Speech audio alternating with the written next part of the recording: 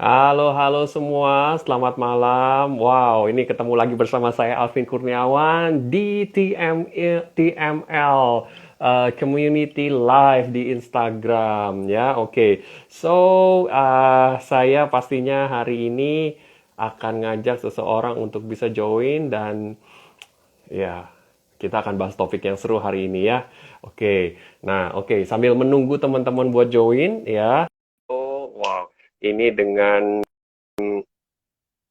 Aneter, aduh sulit sekali saya bacanya. Aneter Jakarta 5 join. Oh, hai, hai, hai. Oke, selamat bergabung buat teman-teman semua. Oh, oke, Pak Bro Michael sudah bergabung bersama Ah, dengan saya. Halo, halo, halo. halo, Selamat malam. selamat malam. Oke, oke, oke. Ya, jadi Yes, saya ingin nyapa dulu teman-teman nih ya, Bro Michael ya. Jadi, yes. oke, buat teman-teman yang baru bergabung, kita hari ini mau bahas Saturday ya, acara yang selalu kita adakan setiap Sabtu malam, Saturday ya. Dan hari ini kita mau bahas topiknya yang menurut saya rasanya sih kita nggak akan temukan di komunitas yang lain ya, karena hari ini kita bahas topik yang cukup menarik yaitu theocentric based business ya, theocentric based business. Bagaimana berbisnis dengan prinsip-prinsip teosentrik gitu. Dan kita juga udah melakukan beberapa seri ya, pastinya teman-teman semua ya, dari sesi-sesi di minggu-minggu lalu, live sharing session kita selalu mengundang pembicara narasumber yang merupakan bagian dari komunitas TML ini ya, dan juga mereka pastinya juga expert di bidangnya, dia sharing pengalamannya dalam bisnisnya, dalam profesionalitasnya, dan juga bagaimana menghidupi value juga dalam dalam kehidupan karir profesional bisnis mereka gitu. Value-nya ya salah satunya yang menjadi dasar buat kita adalah ya segala sesuatu harus based on theocentric. Kita semua berpusat pada Tuhan pada akhirnya gitu. Oke, so kita juga minggu lalu udah pastinya berbagai topik kita bahas juga nih ya mengenai bagaimana kita harus membangun harta kita ya. Harta kita tuh nggak cuma soal materi ya, pastinya ada harta spiritual, ada harta intelektual, harta emosional ya, ada harta yang memang sifatnya finansial ya, ekonomi ya, harta benda, dan juga ada harta yang sifatnya fisikal, yaitu tubuh kita sendiri ini yang juga merupakan sebuah aset yang harus kita pelihara dan kita bangun. Jadi sebenarnya kita sudah dianugerahi Tuhan dengan begitu banyak kekayaan, dan sayangnya seringkali kita melihat hidup kita ini hanya dari sudut pandang value dari sisi materi saja gitu. Padahal sebenarnya kita nih kaya sekali gitu ya. Oke. Oke, sip, sudah bergabung cukup banyak nih yang join sama kita. Wah, udah ada, saya nyapa-nyapa dulu ya. Ini ada Pak, oh ada Dokter Henry, selamat malam. Bu Yuni, selamat malam ya. Oke, ada dari Pratindo Official ya, ada Ciawonomics. Oke, oke, welcome buat teman-teman semua ya. Oke, sip. Saya nggak berpanjang lebar deh. Oke, welcome. Saya Alvin Kurniawan ya. Hari ini sebagai host dari TML Community ya. Dan saya nggak sendiri ini ya. Kita hari ini bahas topik theocentric based business. Oke, saya ketik dulu deh ya. Theocentric based business. Business ya, di pin komen kita sebentar. Biar teman-teman yang baru bergabung bisa ngikutin topiknya. Oke, theocentric based business. Oke. Oke, nah judul topik kita sudah saya pin di komen ya. Oke, so Bro Michael ya, Yes. ini saya senang banget nih bisa bisa ngobrol-ngobrol nih ya. Kayaknya waktu dulu saya pernah diundang nih di IG Live-nya Bro Michael, dan kemudian hari ini saya gantian ya, saya nge-host, Bro Ya, Michael jadi narasumber nih. Ya, oke ya. ya. Sepengetahuan saya nih, profil seorang Michael Arifandi Susanto ini expert lumayan lama nih ya, bekerja di bidang finance selama 17 tahun sampai pada akhirnya level area marketing manager untuk area nasional ya. Dan Yes. kemudian sekarang juga membangun sebuah bisnis di bidang distribusi ya. Ada produk Springbed dan juga Sterno. Oke, Yes. nah boleh boleh cerita sedikit dong, kira-kira aktivitasnya ngapain aja hari-hari ini dan mungkin punya visi misi apa sih di dalam bisnis, sedikit aja mungkin sebagai perkenalan gitu ya. Silakan. Oke, terima kasih Bro Alvin. Wah, oke teman-teman, semangat pagi. Wah, yang pasti luar biasa ya teman-teman. Thank you banget saya Ya, diundang di acara IG Live bersama Bro Alvin dengan TML Community. Thank you banget. Kebanggaan buat yes, saya bisa sama-sama. memberikan inspirasi pada malam hari ini. Ya, tadi Bro Alvin nanya kesibukan apa ya saat ini? Ya, seperti biasa ya, rutinitas di mana dari apa namanya dari bisnis yang terus berjalan dan terus kita bangun tentunya meskipun dengan kondisi pandemi Ya, seperti ini kita harus tetap mengatur strategi seefektif dan seefisien mungkin, tapi tetap kita harus mempunyai tadi kembali di tema nanti kita akan jelaskan, yaitu theocentric base dari bisnis. Demikian Bro Alvin. oke, sip. Ya, memang ya, mau nggak mau kita harus dipaksa untuk bisa adjustable ya, bisa menyesuaikan sama kondisi sekarang ya. Dari sisi Yes, marketing, pengelolaan bisnis ya, mengelola karyawan mungkin ya, juga betul, berbeda pastinya ya dengan betul, sekarang ini. betul. Oke. Apa yang menjadi berbeda mungkin dalam mengelola bisnis belakangan ini, Oh, oke. kira-kira? Kalau perbedaan sih tentunya pasti ya, secara market ini sangat unik ya. Yang dulu kita mengandalkan konvensional secara offline, beralih semua sekarang hampir sebagian besar sudah online. Tapi semua tetap kita tidak meninggalkan itu. Kita punya strategi, tetap kita jalankan dua-dua. Kita berharap nanti setelah vaksin Hmm, berjalan dengan baik, orang pasti akan hmm, kembali normal dan akan kembali ke hmm. mall, ke toko-toko, ke outlet-outlet, karena tetap semua akan melihat fisik, akan terpuas dengan melihat secara fisik apa Ya, yang akan dibeli. Saya yakin itu. iya. Iya. Mungkin dengan situasi sekarang yang semuanya online, pengalaman fisikal itu menjadi lebih valuable ya, menjadi lebih lebih mahal ya, Yes. pengalaman secara fisik ya. Betul, betul Eh, sekali. eh, eh, Oke, mungkin boleh sedikit nggak, Bro? Boleh Yes. kita tahu nih distribusi produk apa yang lagi dijalanin? Boleh dong Oh, di-infoin sedikit nih ke audiens kita, oke. Berarti biar sedikit promosi sedikit. sedikit promo ya. Oke. Iya Thank you dong, nggak banget. apa-apa. Oke, kebetulan produk yang kita pegang secara yang apa main kita punya source adalah produk spring bed ya, kita punya branding itu adalah Ladova, lalu yang kedua adalah Mhm. produk Sterno amenities, jadi untuk perlengkapan hotel. Ini agak related sih produk spring bed dengan produk dari amenities hotel. Kebetulan pemasaran kita sudah cukup luas di daerah Jabotabek dan di Jawa Tengah dan di Jawa Timur. Nah itu sangat Oh, oke. varian dari beberapa dampak ya pandemi ini, tentunya di perhotelan pasti sangat terpukul sekali. Tetapi at Mhm. least saya 2-3 bulan ini berjalan di Jawa Tengah, keliling Jawa Tengah, keliling kota di Jawa Tengah, mereka masih bisa punya okupasi di hotel itu bisa 50-60%. Mereka punya Hmm. strategi sendiri yang unik emang, meskipun mereka Mhm. bukan banting harga, tapi mereka menjual Mhm. nilai seni, menjual nilai-nilai sesuatu yang saya anggap itu unik. Itu yang dijual di masing-masing hotel, karena mereka Oh, mempunyai keunikan masing-masing yang mungkin hotel-hotel lain nggak punya di daerah lain ya tentunya. oke. Oke. Demikian. Jadi menarik ya. Jadi di Menarik. tengah pandemi kayak gini, bisnis hotel okupansinya masih 50 sampai 60%, Yes. which is nggak jelek-jelek amat ya, nggak jelek-jelek Yes. amat ya. Jadi ini Ya. ini ini kita harus bisa melihat ya, sebenarnya kita mungkin jadi lebih tajam ya menggali bisnis kita ini value-nya apa gitu ya. Asal kita tajam di Yes. value-nya, which is tadi dalam konteks ini adalah nilai seni, Ya. sebenarnya bisa aja kita survive ya. Betul. Betul, bro. Betul Iya, banget. iya, iya. Oke. Nice. Oke, jadi buat teman-teman sahabat TML yang lagi juga mau lagi mungkin malah mau renovasi rumah atau lagi cari mau renovasi kamar dan mengganti spring bednya juga boleh menghubungi Bro Michael ya. Ini kan langsung dikontak Wah, aja di DM gitu ya. Atau mungkin siap, ada siap. teman-teman yang bisnis hotel ya kan mau mau apa mendapatkan amenities hotel Sterno-nya ini juga boleh kontak dengan Bro Yes. Michael ya.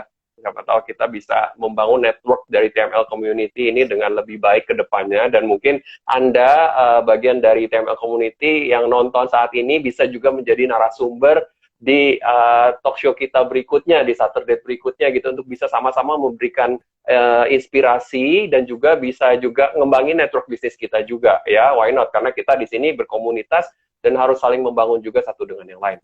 Oke, so Yes. kita balik ke topik nih ya, bro. Ya. Nah, jadi sebenarnya kalau kita start dengan definisi dulu dah, hal yang paling sederhana. Ya. Apa sih sebenarnya yang menjadi definisi dari judul kita ini, Theocentric Based Business? Oke, thank you Bro Alvin. Wah, ini temanya mungkin terlalu dalam ya, atau terlalu mungkin agak ini ya, agak mungkin terlalu bingung mungkin teman-teman. Saya akan buat simpel Oh, aja dalam yes. penjelasan pada malam hari ini. Karena kami kebetulan berdua lulusan dari CTM ya, Certified Theocentric Motivator. Jadi kami berdua Ya, berlandaskan dengan teori-teori yang sama. Artinya kita memberikan ya, suatu hal yang nanti harapan kami akan memberikan inspirasi kepada teman-teman. Oke, pertanyaan Bro Alvin ya. tadi mengenai tema ini, mengapa sih saya mengangkat tema ini? Sebenarnya kaitannya dengan profesi saya ya sebagai bisnis, tentunya sebagai entrepreneur atau mungkin mewakili teman-teman. Jadi dalam terminologi theocentric based business itu setidaknya ada dua elemen yang bertaut. Tadi yang pertama adalah theocentric itu sendiri dan bisnis. Nah, kalau theocentric Ya, itu jelas theo dan centric berpusat kepada Tuhan. Jadi sehingga ya. praktek yang secara sengaja dilakukan untuk membuat diri kita tuh menyadari atas tubuh, pikiran, dan perasaan yang saat kini guna menciptakan perasaan yang tenang dan nyaman. Jadi kita nggak berbicara mengenai asosiasi dengan agama atau filsafat tertentu, tapi sifatnya adalah universal. Bisa dilakukan oleh siapa saja karena Tuhan itu telah mengaruniakan akal budi kepada setiap manusia untuk berusaha aware terhadap apa yang ada dalam tubuh, pikiran, dan perasaan. Nah, yang pasti Ya. teman-teman, manusia itu adalah makhluk spiritual. So, maka apa yang akan menjadi bagian dari kondisi aware tersebut adalah kesadaran atas nilai-nilai spiritual dalam kehidupan di alam semesta ini. Seperti kejujuran, Oke.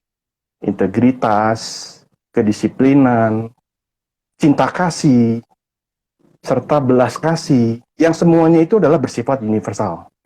So, Iya, iya, iya. spiritual itu merupakan pengalaman kebersadaran.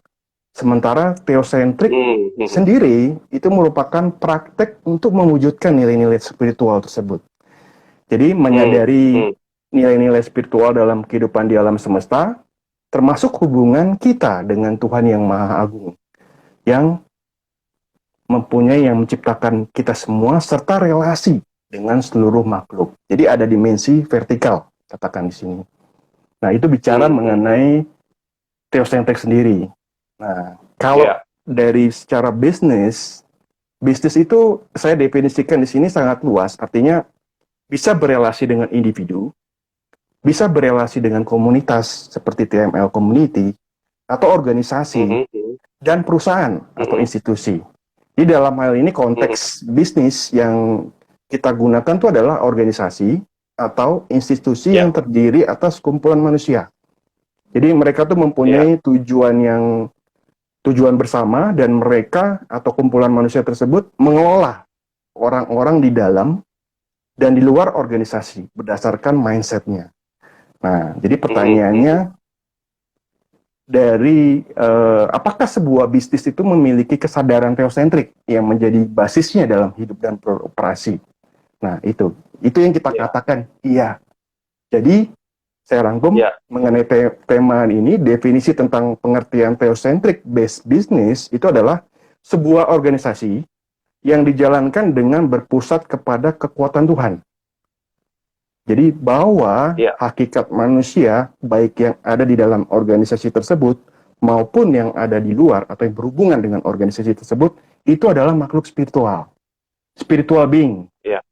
Jadi bukan sekedar makhluk yang terdiri dari materi, jasmani, atau body, serta jiwa, mind semata, tapi melainkan juga memiliki soul, atau roh mungkin, atau spirit. Nah, itu bro, penjelasan dari Oke. Jadi basically harus mulai dari kesadaran ya, tadi interesting ya. Kita harus sadar nih gitu ya, kalau kita memang adalah makhluk spiritual dan kita harus menghargai juga value-value dalam hal spiritual gitu ya, dan yang berlaku universal tadi ya, dan bisa mengaplikasikannya ya, teosentrik itu mengaplikasikannya ya, dan dalam hal konteks ini bisnis gitu ya. Nah ini kan jadi pertanyaan sebenarnya, jadi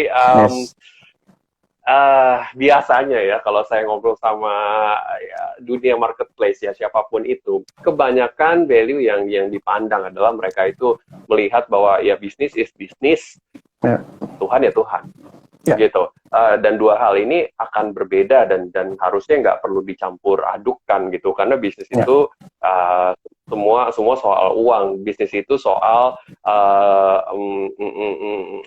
mengambil keuntungan semaksimal mungkin gitu. Dan kalau kita ngomong soal Tuhan, itu kayaknya nggak relevan gitu.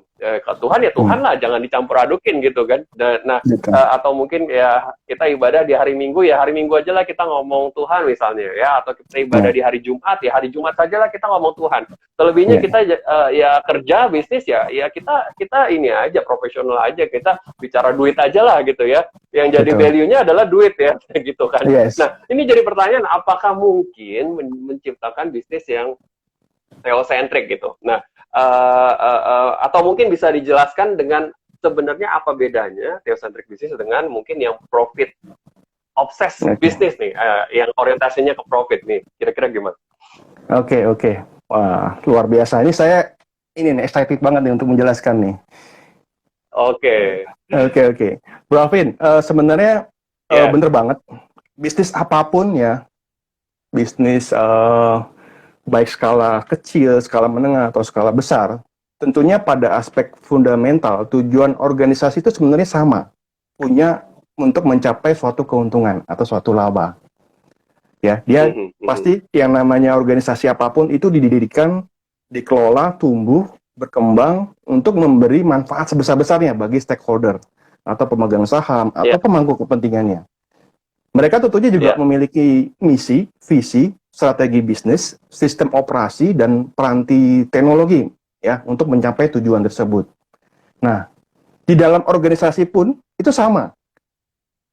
Diisi oleh manusia biasa yang dituntut supaya produktif.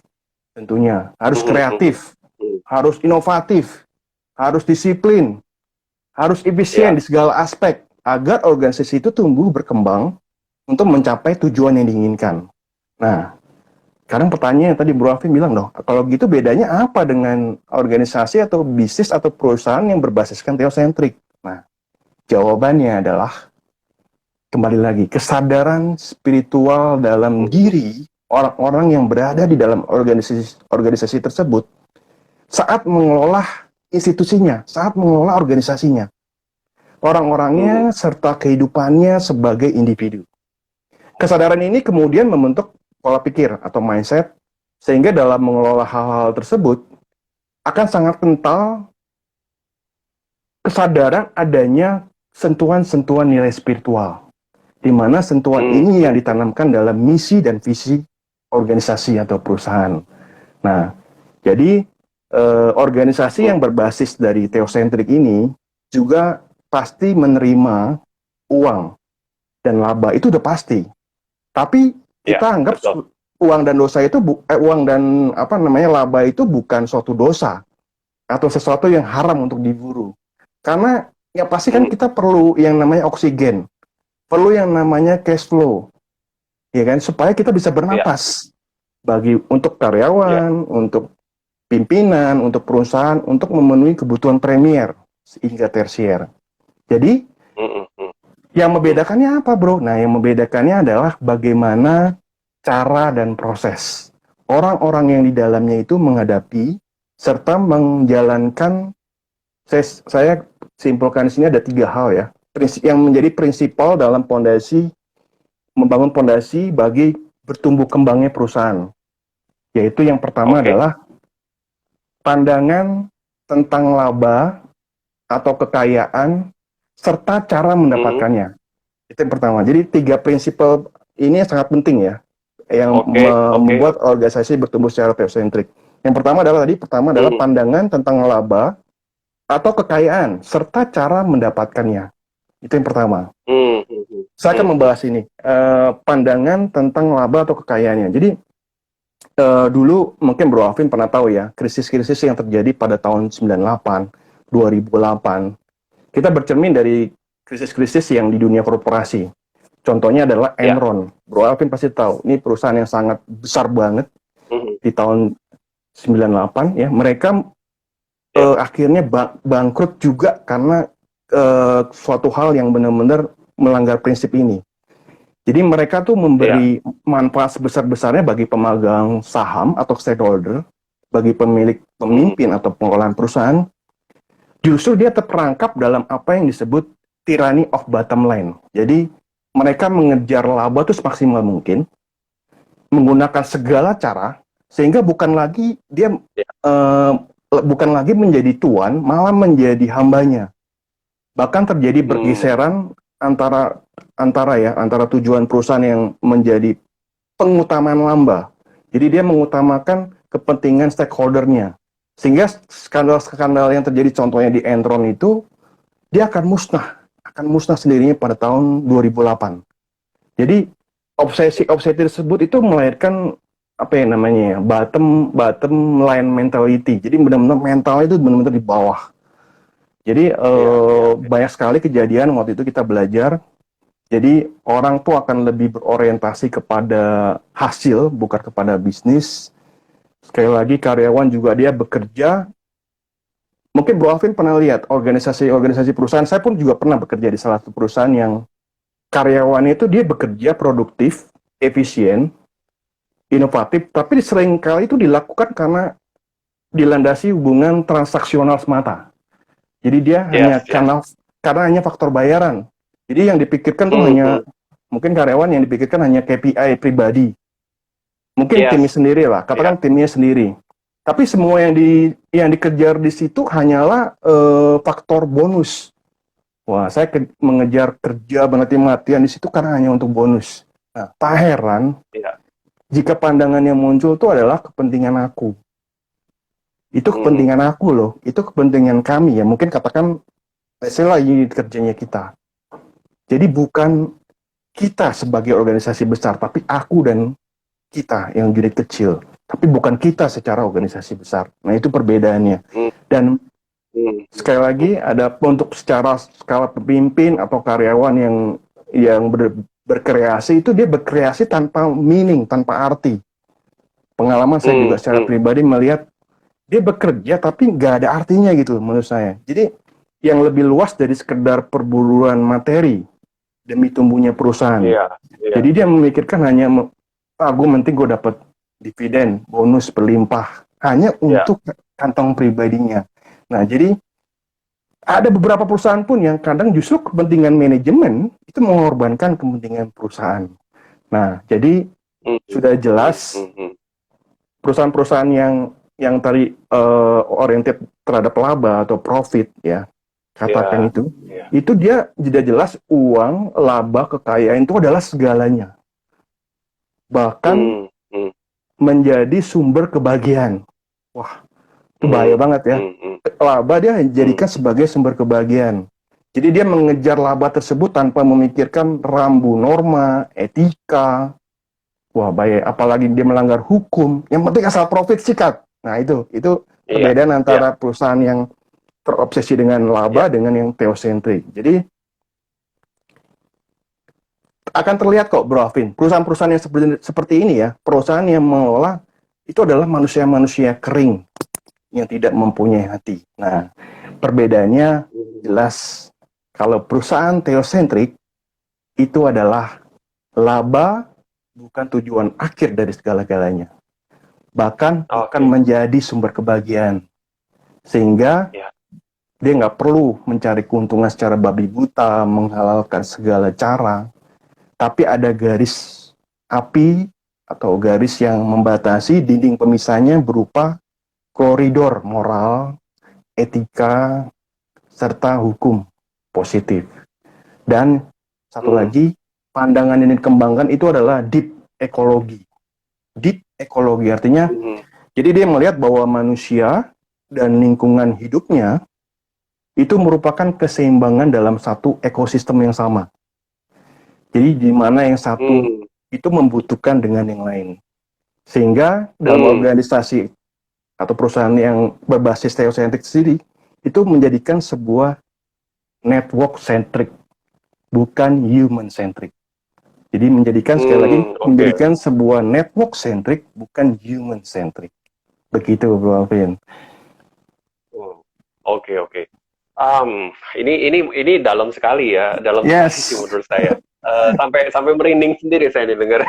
Wow. So bisnis ini bukan cuma dipandang sebagai sesuatu hal yang meng-create profit ya, mencetak uang gitu ya, hanya untuk bicara soal bonus pribadi dan kepentingan manajemen semata, tapi dipandang sebagai satu network, ada value di situ, itu yang jadi lebih utama. Nah, pertanyaan saya yang ya saya coba mengkritisi ini ya, Bro ya. Jadi apakah memang ini mungkin? Nah, gitu. Kita ngomong definisi is definisi. Pertanyaan saya, apakah emang ini mungkin? Masalahnya yang saya tahu adalah ketika kita ngomong kebahagiaan, sebagian besar orang berpikiran bahwa bahagia ya kalau ada uang gitu kan. Nah, ini mungkin nggak sih sebenarnya kita membangun bisnis dan kita bilang kita berbahagia di bisnis ini gitu, tetapi bukan itu tujuan utama yang kita kejar. Ini gimana jelasin ini coba?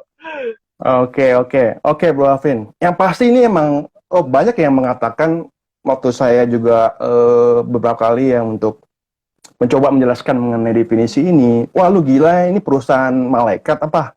Apakah ini perusahaan orang-orang bersih? Saya bilang enggak, semua sama kok. Tadi saya jelaskan kembali ya. Bagaimana kita mempunyai pandangan atau mindset tentang kekayaan atau cara memanfaatkannya itu, mendapatkannya itu. Nah, baru kita masuk bagaimana kita cara menggunakan dan memanfaatkannya. Jadi, kembali lagi, kalau kita mempunyai fondasi mindset dalam arti theocentric tadi ya, kembali ke theocentric, bahwa kita mempunyai sebagai hakikinya dalam makhluk spiritual yang tidak bicara mengenai pribadi, kita bicara mengenai kita sebagai umat, sebagai organisasi bersama. Apapun yang kita dapat, ya, dikumpulkan itu pasti harus dengan cara yang baik. Harus dengan cara yang baik. Sehingga kita bisa mengalirkan itu juga dalam bentuk dan cara yang baik. Artinya apa? Yang pasti keuntungan itu kita bagi untuk stakeholder, untuk karyawan, bahkan untuk keluarga kita. Bukan diakumulasi untuk kekayaan sendiri. Jadi hanya ditempatkan misalkan di wilayah-wilayah yang safe haven, yang bebas dari kejaran pajak. Wah, teman saya itu banyak yang seperti itu. Ya kan? Jadi pemanfaatannya itu seharusnya ya sebagai theocentric, pemanfaatannya itu untuk kesejahteraan bersama harusnya. Jadi dia harus berderma, giving. Yang PLO dari IGLF kemarin adalah giving, serve and giving sebagai memberi derma kepada masyarakat contohnya. Nah, tentunya kembali lagi yang Bro Alvin tadi tanyakan tentang sikap. Nah, sikap batin itu Bro, yang kita pastikan sebagai orang spiritual yang kita mempunyai niat baik terhadap harta, uang, kekayaan yang dimiliki. Pada prinsipnya pandangan kekayaan itu ada dua, dimensi secara horizontal maupun vertikal. Jadi selama ini mungkin teman-teman Bro kita semua tuh memandang dimensi horizontal aja. Jadi kekayaan semata bahwa kita sudah cukup puas mempunyai ini, mempunyai itu. Tapi padahal kekayaan sarana itu yang paling penting adalah menuju masa depan atau akhirat. Yaitu secara vertikal. Jadi harta itu adalah media untuk, sebenarnya adalah harta itu adalah media untuk berbuat kebajikan bagi lingkungan dan sesama makhluk Tuhan. Sehingga mindset yang salah tadi, misalkan kita terlalu greedy atau terlalu serakah dalam memandang harta, memasukkan sebagai sumber kebahagiaan, kesadaran sebagai makhluk spiritual itu kita buang jauh-jauh, bro. Sehingga semoga nggak ada yang namanya praktek korupsi, praktek kecurangan, dan sebagainya. Jadi benar-benar sekali lagi saya simpulkan bahwa theocentric based business ini itu adalah upaya atau mencari laba pendapatan itu sebagai usaha yang sah-sah aja. Tapi memandang bisnisnya ini, bro, memandang bisnisnya itu adalah sebagai wahana untuk menciptakan kemanfaatan bagi banyak orang yang berlandaskan pada sikap belas kasih dan mengasihi sesama. Contohnya ini, bro. Contohnya kita punya master teacher lah, Pak Eloisa Luku. Jadi dalam kesederhanaan hidupnya, dia membangun perusahaan atau institusi Capstone Indonesia. Isinya adalah orang-orang yang benar-benar itu tadi kan peduli dengan sesama, peduli untuk masyarakat Indonesia secara luas. Sehingga dia melahirkan yang namanya Theocentric Motivator, CTMR, dan TML Community ini. Dengan tujuan adalah untuk kepentingan bangsa Indonesia yang lebih baik. Gitu, bro. Oke. Ini keren banget ya. Mungkin saya boleh sedikit mensummarikan ya dari pembicaraan Bro Michael tadi ya. Jadi intinya adalah yes, betul bahwa kita ini berbahagia kalau kita punya harta. Tetapi hartanya harta yang di mana, gitu ya. Yes. Oke. Kalau kita bilang kita berbahagia karena kita punya harta di dunia gitu, itu bukan teosentrik namanya, gitu ya. Dan kalau kita mau berbahagia dengan yang lebih sejati, maka kita harus bisa melihatnya lebih jauh. Bahwa harta yang kita cari bukan melulu harta di dunia, which is memang sah-sah saja, tetapi kita harus bisa melihat lebih jauh, yaitu harta yang harus kita cari adalah harta di akhirat nanti gitu ya. Betul. Tujuan kemana kita pergi nanti gitu ya, dan otomatis ketika kita melihat dengan cara yang demikian, kita ngelihat harta di dunia ini cuma sebagai alat, berarti ya alat untuk memberikan manfaat tadi ya. Betul. Jadi nggak ngelihat sebagai harta di dunia ini sebagai tujuan akhir gitu. Betul. Untuk menjadi satu alat memberikan kebahagiaan dan kepuasan diri, tetapi harta di dunia hanya dilihat sebagai satu alat untuk bahkan membangun harta yang lebih besar lagi di akhirat, membangun kebermanfaatan dengan lebih banyak orang gitu, memberikan value lebih besar lagi buat perusahaan dan orang-orang di sekitar kita. Oke. Ini keren banget nih, ini keren banget. Ya, saya pikir ini satu hal yang menarik ya. Jadi boleh nih teman-teman silakan boleh komen, boleh mungkin ada pertanyaan, punya bisnis masing-masing ataupun Anda sebagai karyawan. Oh, ini udah ada pertanyaan yang masuk nih. Dari dari Bu Yuni ini ya, account Murwati Yuni. So, ini boleh di-komen nih, Bro Michael ya. Apakah pemikiran yang seperti ini hanya dimiliki oleh business owner atau juga ke employee? Atau mungkin ya boleh dua-duanya nih, ngelihatnya seperti apa? Silakan. Wah, luar biasa, pertanyaannya bagus banget. Bu Yuni yang terhormat, wah, Bu Yuni ini sama-sama sebagai entrepreneur, juga dulu pernah sebagai karyawan, saya pun sama. Jadi Bu Yuni, saya dalam mengangkat tema ini tentunya bicara mengenai sisi internal, bahwa secara pribadi dan organisasi tempat saya beraktivitas, paradigma ini atau tema ini sangat penting sebagai fondasi. Saya yakin ini sangat penting sebagai fondasi untuk berkelanjutan di masa mendatang. Yang saya harapkan sebagai sustainability-nya tuh terus berjalan. Itu secara internal. Kalau secara eksternal, paradigma ini atau tema ini perlu didorong, teman-teman. Di tengah mindset yang kian menguat. Banyak hal negatif, itu yang kita harus buang. Sehingga kita harus meletakkan bahwa bisnis apapun, atau profesi apapun, itu bukan hanya demi kepentingan pribadi, atau segelintir pihak semata, atau hanya memuaskan urusan duniawi belaka. Itu secara eksternal. Dan secara pribadi, mungkin saya pernah berpengalaman bekerja, atau teman-teman yang berprofesi sebagai karyawan atau profesional, jadikan pekerjaan itu adalah ibadah. base dari theocentric. Bekerja adalah ibadah, di mana kita harus tumbuh, berkembang bersama seluruh stakeholder. Itu sangat penting. Jadi jadikan aktivitas bisnis itu hendaklah berlandaskan serta dijiwai oleh praktek hidup theocentric tadi, yang diekspresikan dalam bentuk pengendalian diri. Saya sebutkan 3 ekspresi yang nanti saya akan jelaskan nanti, yaitu mengenai self-control, pengendalian diri, lalu mengenai cinta kasih, loving kindness, dan belas kasih, compassion. Gitu bro, penjelasan dari. Nah ya. Oke. Sebelum saya masuk ke mau nanya 3 ekspresi tersebut, tapi saya pengen tergelitik untuk nanya.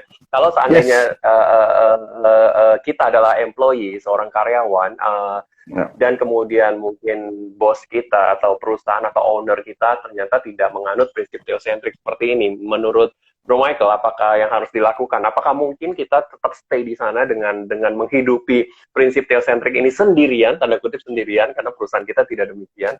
Atau mungkin kita harus cari perusahaan yang value-nya sama dengan kita? What do you think? Wow, wah dalam banget ya. Jadi kita Oke, terus begini ya, Bro Alvin. Jadi kita di sini kan bicara mengenai makhluk spiritual, pribadi atau secara organisasi. Definisi tadi kembalikan saya lagi secara bisnis itu bisa secara individu atau secara perusahaan. Nah, ini kan Bro menempatkan sudah masuk ke employee, tapi ternyata bisnisnya tidak mempunyai misi dan visi yang theocentric, katakan seperti itu. Nah, apa yang Anda lakukan? Kalau saya secara pribadi, tentunya saya harus mengisi atau kita sebagai theocentric, sebagai orang theocentric atau yang mempunyai makhluk spiritual yang mempunyai niat baik, kita harus bisa menunjukkan hal itu kepada perusahaan, minimal kepada atasan atau kepada tim unit. Karena apa yang kita lakukan, ya kita yakin bahwa hal itu kita itu diberikan suatu dukungan atau sadaran bahwa kita akan membentuk mindset pribadi, minimal kita akan mempengaruhi secara kecil dulu melalui tim unit kerja. Lalu kita akan memperbesar pengaruh itu kepada organisasi, mungkin secara departemen ataupun nanti secara organisasi. Itu pasti akan terlihat kok bro. Pengalaman ya, sharing secara pribadi, saya pernah bekerja di perusahaan tersebut yang katakan, wah gila, sikat, cara apapun sikat. Secara hati nurani nggak nyaman bro, asli nggak nyaman. Akhirnya saya apa? Saya mempunyai keteguhan bahwa tentunya dengan kekuatan Tuhan ya, kita terus melakukan suatu kegiatan, artinya kegiatan-kegiatan yang tidak menyimpang. Dan jika mereka tidak suka, ya kita bilang tegas bahwa saya tidak bisa. Kita menjalankan sesuai dengan hati nurani dan sesuai dengan cara regulasi yang benar. Dan kita tidak bisa melanggar itu. Apapun konsekuensinya, ingat, kita harus tetap menjalankan hal itu. Terbukti loh bro, saya menjalankan itu, mengembangkan perusahaan, sampai akhirnya apa? Level direksi yang dicabut di RPS. Karena tindakan yang tidak benar. Itu pasti akan ujungnya itu pasti akan indah pada waktunya lah, seperti itu. Kita yakin bro, kita yakin bro, kita jalani hal tersebut sesuai dengan prinsip ya, jalani itu terus. Iya, jadi kalau kita katakanlah sebagai employee, intinya ya prinsip is prinsip gitu. Kalau kita mau hidupi theocentric, start dengan diri kita sendiri, start dengan tim kita dulu ya, start dengan tim kita dulu. Dan konsisten ya melakukannya ya, dan at the end pasti ada buahnya di balik itu semua ya. Yes, exactly. Wow, oke, keren banget. Jadi no excuse juga ya buat kita, mungkin para employee, saya juga employee nih bro. Jadi ya kita pun tetap harus pegang value ya, sekalipun kita berada di perusahaan yang mungkin saja tidak theocentric gitu. Oke, nice. Nah, mungkin saya menyambung lagi tadi, penasaran juga tadi gimana jadi mengembangkan metode, mengembangkan calling atau paradigma dan 3 ekspresi tadi itu loh. Coba gimana dilanjutkan? Oke. Jadi sebelum bicara mengenai tadi ya, mengenai bagaimana sih metode calling dan 3 ekspresi tersebut, eh dari apa namanya, dari landasan theocentric based business ini itu sebenarnya terbentuk Mhm. dari mindset, sebenarnya terbentuk dari Oke. paradigma. Di mana mindset itu datang dari beberapa elemen ya. Salah satu tadi nih paradigma, sistem keyakinan kita, cara Oke. memandang kita, atau kumpulan tadi yang Bro Alvin bilang, tata nilai atau value-value yang membentuk pola pikir seseorang. Nah, Iya. theocentric business base ini sendiri itu berdiri karena adanya suatu paradigma. Paradigma itu Mhm. saya rangkumkan itu berbasis namanya ICA. Saya singkatan menjadi ICA. ICA itu adalah akronim dari interdependent, yang artinya saling Yes. bergantung, dan Mhm. co-arising, kita tumbuh bersama.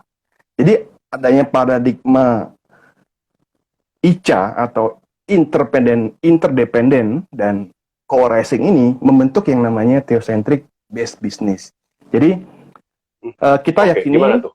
bahwa paradigma atau mindset tersebut dalam bisnis itu dipegang teguh, dijalankan dengan penuh, itu dengan kesadaran oleh orang-orangnya di dalam secara konsisten dan konsekuen.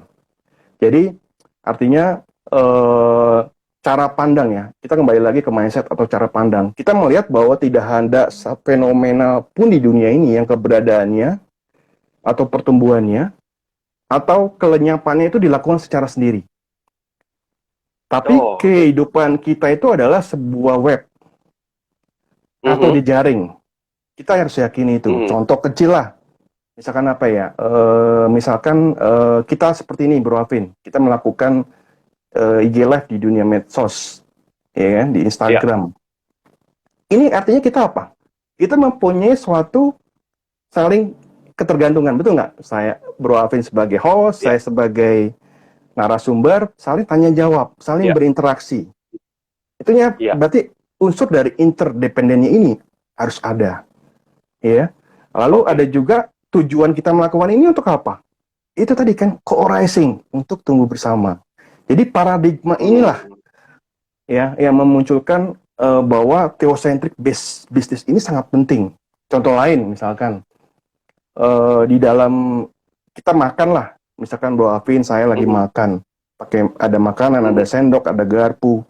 Itu banyak sekali unsur-unsur atau pihak-pihak yang terlibat. Contoh, untuk sendok garpu harus ada timah, nikel, ya kan? Untuk Mhm. makanan sayur Iya. kita harus berhubungan dengan hasil kebun, makan daging Iya. harus berhubungan dengan hasil ternak. Itu semua saling Iya. terlibat, ya kan? Pihak-pihak yang Iya. Iya. terlibat.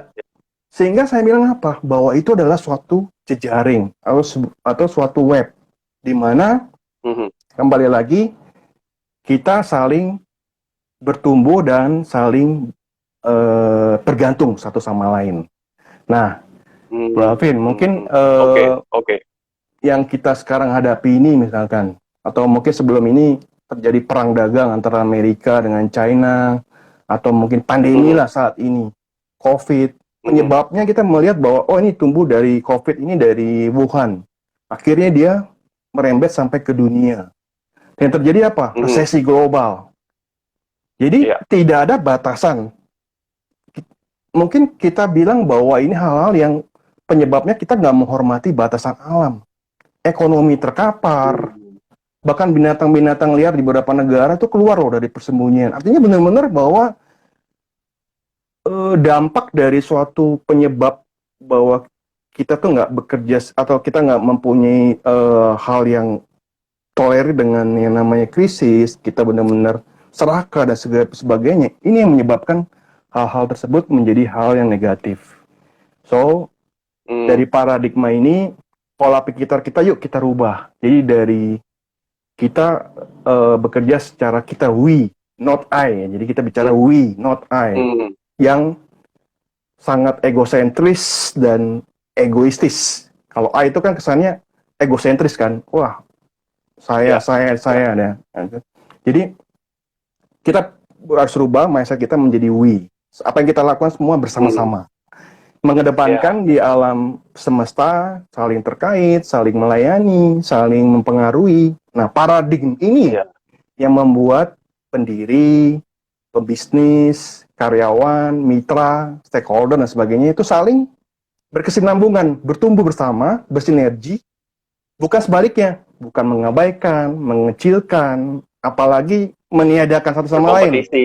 berkompetisi secara tidak sehat. Nah itu, sehingga Iya, tadi iya, Bro iya. Alvin, paradigma yang tadi saya bilang, ICA tadi ya, interdependent dan Mhm. co-racing, itu lahir dari nilai-nilai value dan calling, sehingga otomatis membentuk tiga ekspresi. Yang kita simpulkan di sini adalah kalau kita sudah berhasil melakukan itu semua, kita harus mempunyai ekspresi yang namanya pengendalian diri, self Mhm. controlnya. Oke, Lalu yang kedua adalah oke, ekspresi cinta kasih.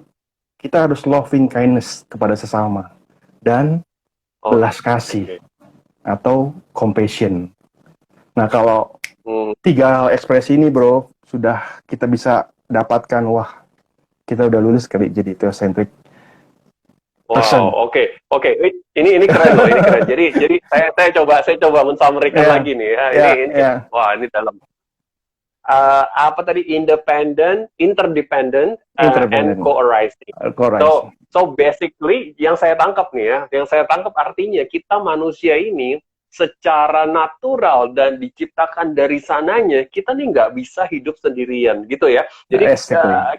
kita makan aja di atas satu piring yang kita nikmati saja itu tuh berbagai lauk itu tuh masing-masing lauk itu ternyata harus ada yang hidupin, harus ada yang ngembangin ternak, harus ada yang ngembangin Ya, sayuran gitu kan, dan harus ada yang ngejual ke pasar, ya, ke Shopee, ke mana toko online mana gitu sampai kita betul, bisa beli sayur secara online dikirim ke rumah, betul, mungkin yang masak juga istri kita misalnya gitu betul. ya, sampai itu jadi di atas piring itu tuh bener-bener bukan atas kehebatan kita gitu ya, sampai kita bisa Yes, menikmati segala sesuatu itu baru ngomong satu piring ya.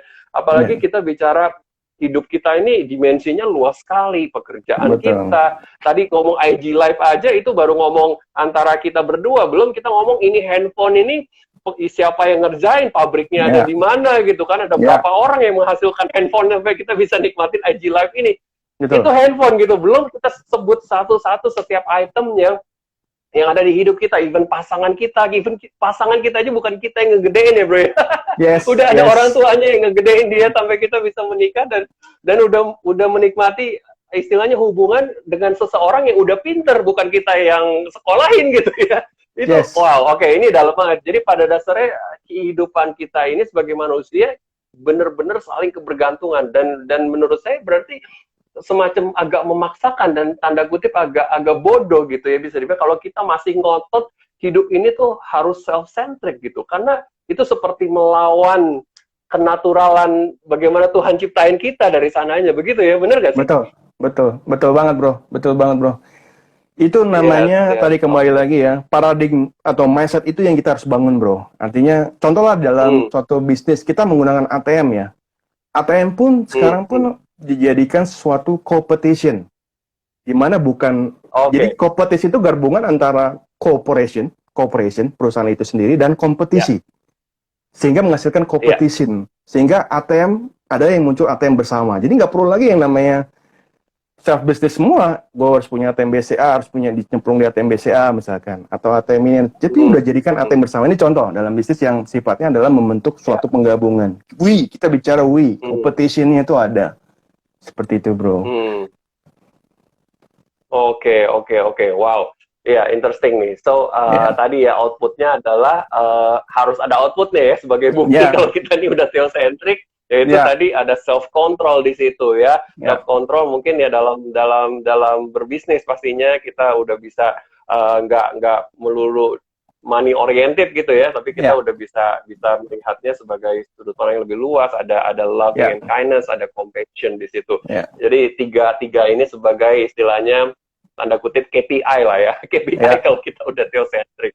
Oke, ya, so mungkin ini waktu juga udah tinggal sedikit, mungkin kira-kira tinggal 10 menit. So, how to-nya mungkin ya, kita boleh nggak cerita sedikit nih mungkin Bro Michael dalam aplikasi hmm. yang dihadapi sendiri dalam menjalankan bisnis, atau mungkin ada contoh-contoh tertentu, how to-nya kira-kira gimana sih buat kita, tips ataupun ya action nyata yang bisa kita lakukan nih dalam kehidupan kita, ya mungkin bisa buat kita yang profesional ataupun buat kita yang berbisnis sendiri atau mungkin buat kita yang sebagai team leader. Gimana tuh, boleh sharing? Oke, oke. Wah, ini udah rangkuman ya di akhir sesi ini. Oke. Iya.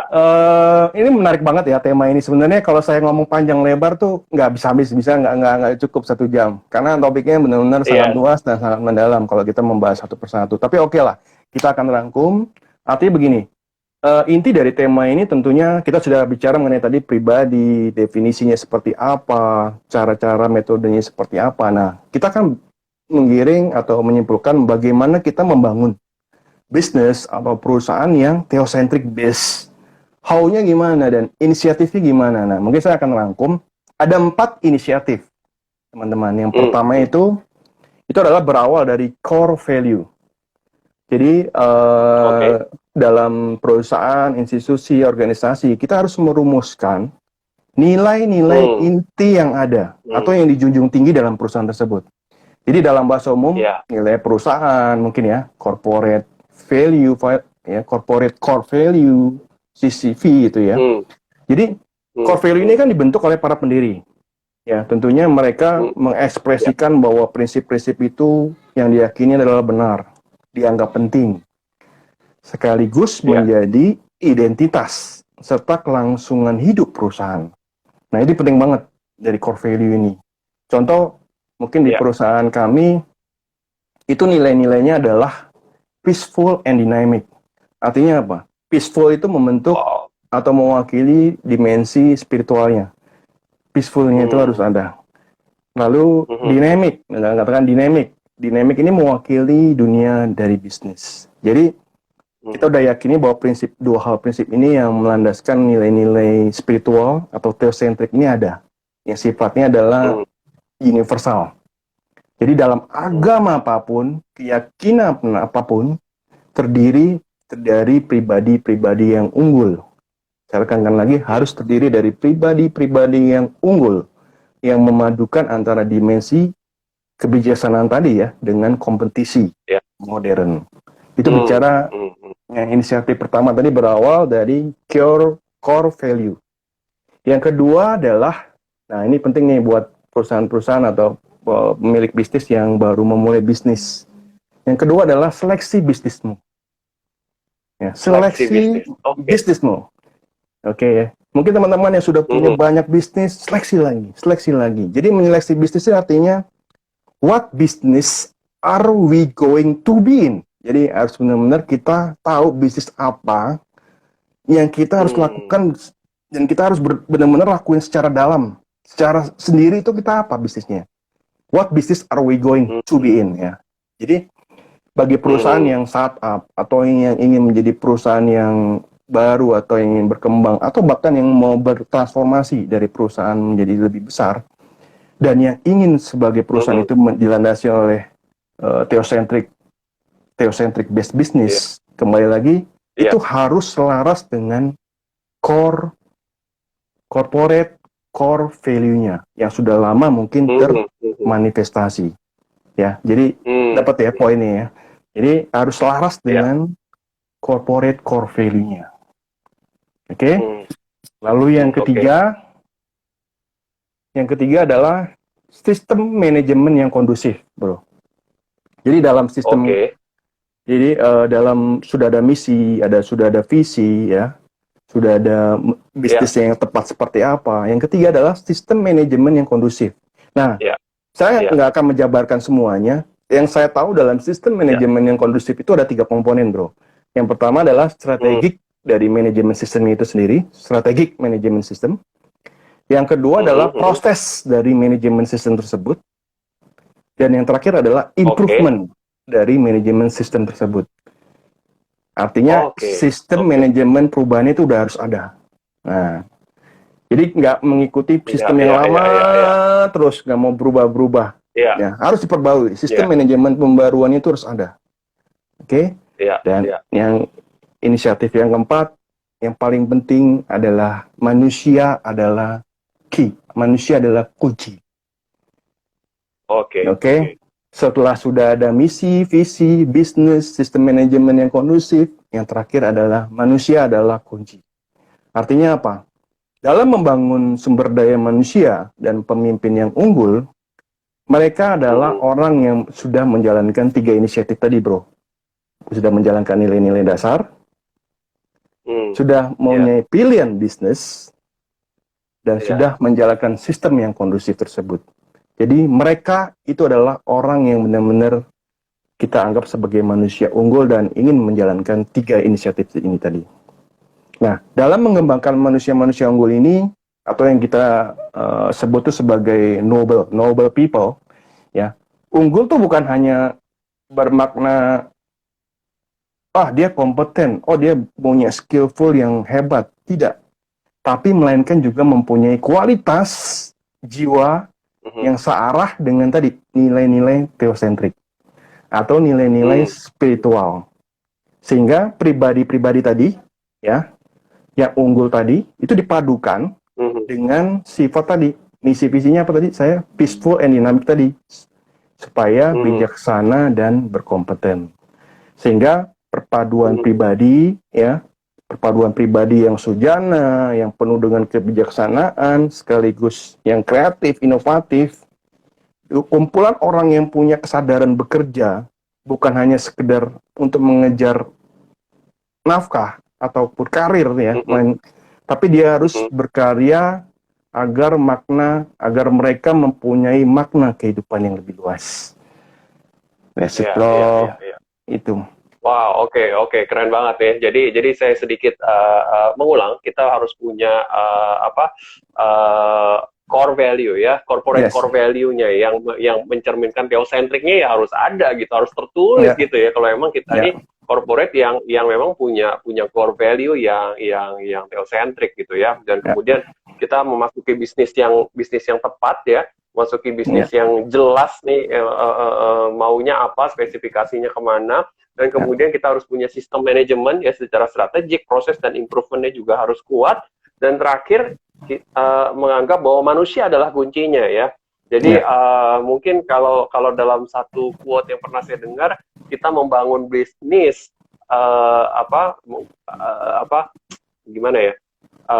Membangun bisnis dengan cara membangun manusianya, begitu ya mungkin ya. Bisa dibilang gitu ya, kita membangun bisnis dengan membangun manusianya dulu gitu, bukannya memanfaatkan manusia untuk membangun bisnis gitu ya. Jadi wow, ini menurut saya satu hal yang penting dalam mengubah cara pandang ya. Balik lagi, kelihatannya memang bisnis adalah bisnis, satu bisnis yang harus menghasilkan profit dan juga memberikan kita return yang baik, tetapi at the end, yang menjadi pembeda sebenarnya di cara pandang kita melihat bisnis ini, melihat manusia, rekan-rekan pekerja, teman-teman pekerjaan kita ya, itu pastinya berbeda. Oke, mantap nih. Saya pikir ini udah satu kesimpulan yang baik. Ada satu statement mungkin di 1 menit terakhir, bro. Oke. Ini kita tutup. Oke, teman-teman, semoga ini membawa inspirasi kita. Saya pun secara pribadi terus belajar. Temukan, kembali lagi tadi saya agak temukan calling. Sebenarnya kita harus temukan calling untuk melakukan ini. Ya, dari Tuhan yang menciptakan kita sebagai orang yang mempunyai potensi, talenta.